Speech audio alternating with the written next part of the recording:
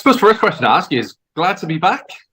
Oh, absolutely. No, it's a really good feeling to be back running fast again, seeing quick times on the clock. It's obviously a big year. And obviously I've come from, I suppose, a rough 18 months. So it's great to be back. It's 200 this weekend purely because of the points on offer when it's nationals.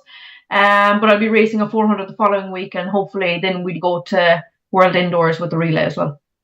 Great stuff. And listen, I suppose out of the past 18 months, is the positive that it kind of recharged your batteries maybe and your motivation refilled? Yeah, and I think it probably was more frustrating than anything because you know what, athletes obviously have hard times along the way in their career.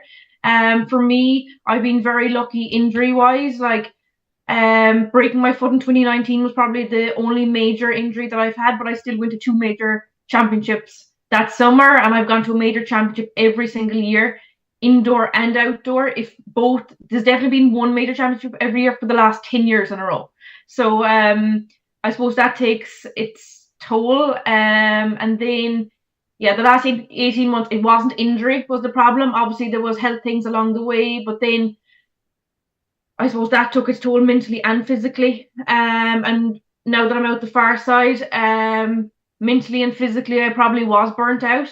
Obviously, there was an Olympic Games in there too, which has massive heightened, I suppose, prep and expectation, and obviously it's the pinnacle of everyone's career. So, yeah, it was a tough few months. Did I contemplate retiring? 100%, many times.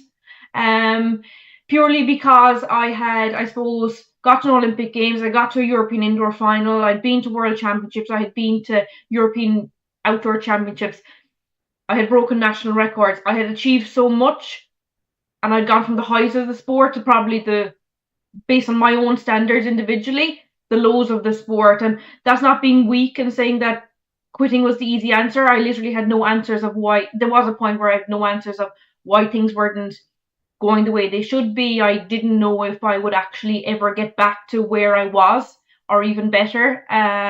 So there was definitely plenty of tears along the way in those 18 months, but I had good people around me, and I'm in a much better place mentally and physically now as well. Do you remember then what that point was when you turned the corner to go, no, actually, I want to do this. I want to keep going? I think last year for me was nationals, because by my standards, nationals was just an absolute disaster. Like, I came fourth and I was 54 something. So for me, that was the deciding point of, right, I need to come off the train now. I need to stop my season. Yes, it would have been great to go on to World Outdoors and be a part of the relay team with the girls, but at that point, I literally couldn't think of anything worse than train for another 4 weeks.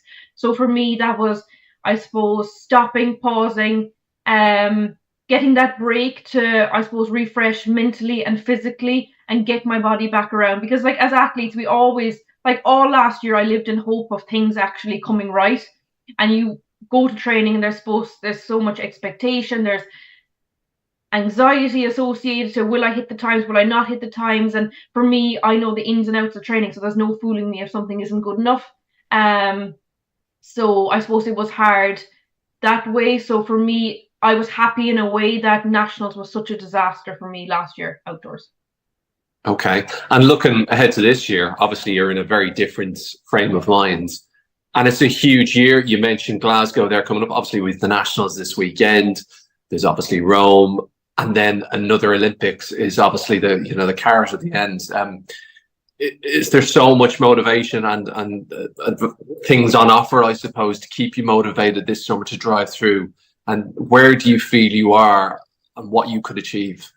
Absolutely, it's a massive season ahead again. Like, it's an Olympic Games. Obviously, we had it in 2021, so it's just as big. And I suppose it's a whole different prep where that was the COVID Olympic Games. So this is obviously a totally different one. And we have European outdoors as well this summer. So for me, I've raced a few times already. Obviously, this indoor season, I've had, I think, two 400s and two 200s.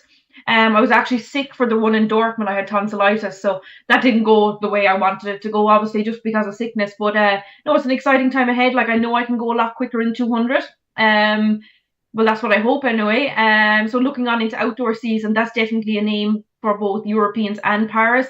But then also running 400 to be a part of that relay team and the mixed relay team for the major championships outdoors and indoors as well. Great stuff, Phil. Listen, best of luck with the season ahead. I'm sure we'll be chatting to you again. Super. Thank you.